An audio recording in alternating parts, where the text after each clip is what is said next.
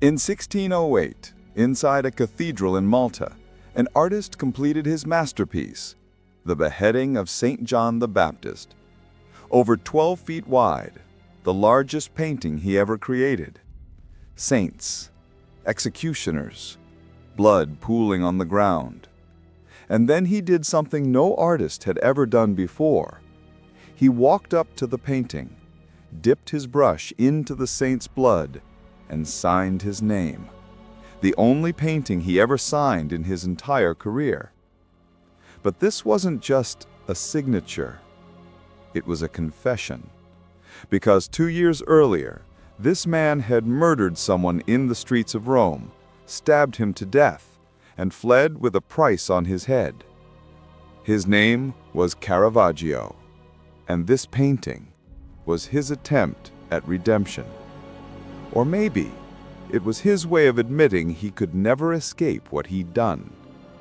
This is the story of the painting signed in blood. Look at this painting. Really look at it. Over 12 feet wide, the largest canvas Caravaggio ever painted. A brutal execution scene. John the Baptist on his knees, the executioner leaning down, about to finish the job. But zoom in, down at the bottom, in the pool of blood flowing from John's neck. There, you see it? F. Michelangelo. F for Fra, brother. Michelangelo was Caravaggio's first name. He signed it, in the blood, the only painting he ever signed. Why?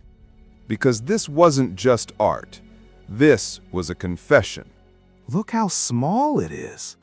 Almost hidden. You could walk past this painting 100 times and never notice it. But once you see it, you can't unsee it. He didn't sign it proudly. He didn't put it in the corner like other artists. He signed it in the victim's blood. Like he was saying, I did this. I'm responsible. This blood is mine. This is Caravaggio, or at least this is believed to be him. Dark eyes, intense, brooding.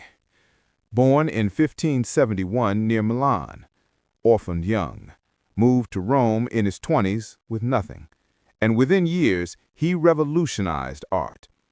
Before Caravaggio, paintings were polite, clean, idealized. Saints glowed, angels floated, everything was perfect. Caravaggio said no.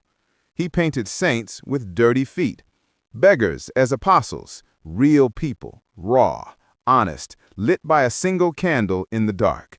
Chiaroscuro, extreme light and shadow, drama pulled from darkness. The church was scandalized, then obsessed. Suddenly, everyone wanted a Caravaggio. But success didn't calm him. It made him worse.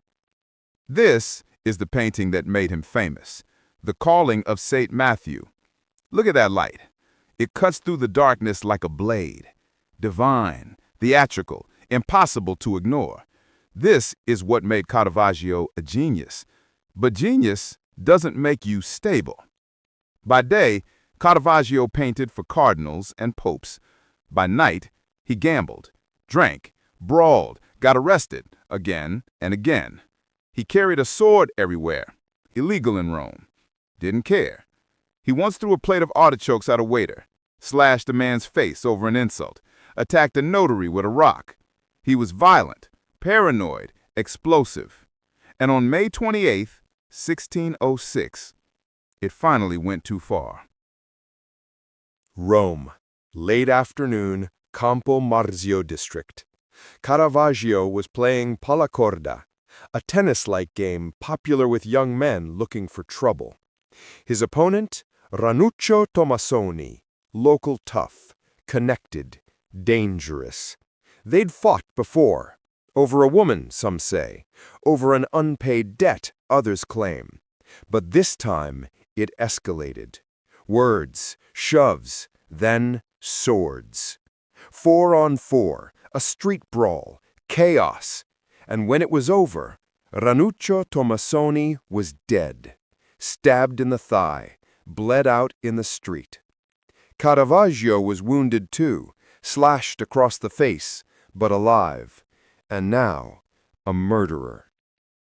Here's the disturbing part. Caravaggio had been painting violence his entire career. Judith beheading Holofernes, look at it. A woman sawing through a man's neck, blood spraying, his face twisted in agony, her face calm, focused.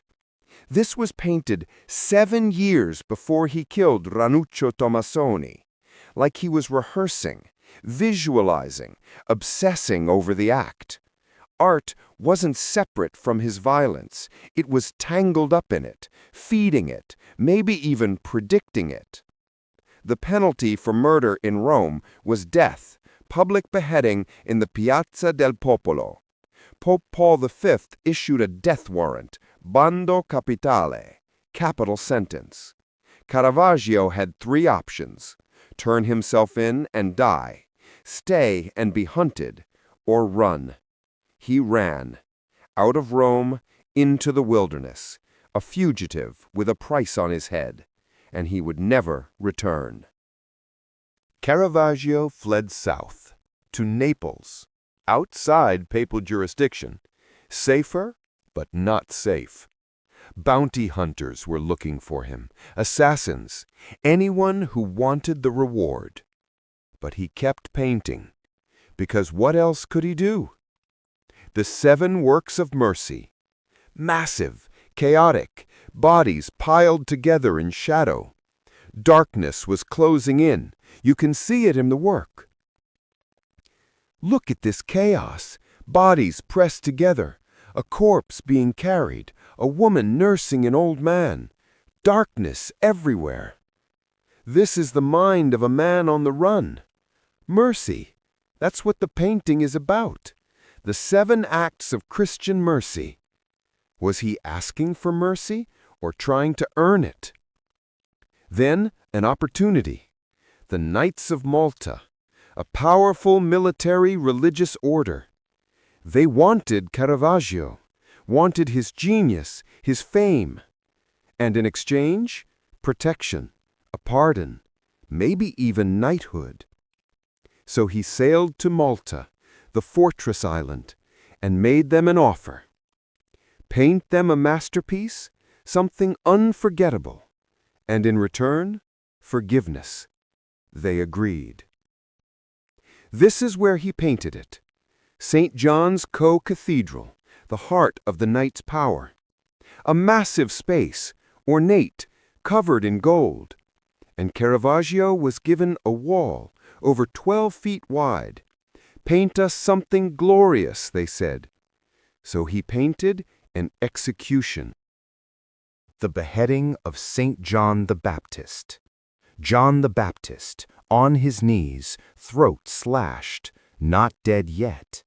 The executioner reaching for a knife to finish it. Blood pooling, a woman recoiling, a guard pointing, prisoners watching from a barred window. This isn't glorious, it's brutal, raw, real. Caravaggio didn't paint martyrdom, he painted murder. Look at John's face, resigned, accepting. He knows this is the end. Some art historians believe this is Caravaggio painting himself, the condemned man, waiting for the blade. Because he knew, deep down, he would never escape this. And the executioner, casual, almost bored, leaning down to grab the knife, like this is routine. This is how Caravaggio saw violence. Not dramatic, not heroic, just ugly, necessary, done. He'd killed a man. He knew what it looked like. And there, in the blood, F. Fra Michelangelo, Brother Michelangelo, because the knights had made him a knight, given him the title Fra. He signed it, the only time, ever. Not in triumph, in blood. A confession. An apology, a warning. This is who I am. Caravaggio never found peace. He was expelled from Malta, arrested, beaten, fled to Sicily, then back to Naples. In 1610, he painted his final work, David with the head of Goliath. David holds the severed head of Goliath, triumphant. But look at Goliath's face. It's Caravaggio, his own face, dead, defeated. He painted himself as the villain, the monster, the one who deserved to die. July 1610. Caravaggio heard news. The Pope might pardon him. He could return to Rome. He boarded a boat, headed north, with 3 final paintings, his ticket home. But he never made it. He got off at Porto Ercole, a small coastal town, and collapsed. Fever, infection, maybe malaria, maybe poison. No one knows. He died there, alone, on the beach, age 38. His body was buried in an unmarked grave. Lost. The paintings? Stolen. Never recovered. The only thing that survived was the painting signed in blood. Still hanging in Malta. Still confessing. Still bleeding. Because Caravaggio knew. Some things you can never wash away. No matter how much you create, no matter how far you run, the blood stays.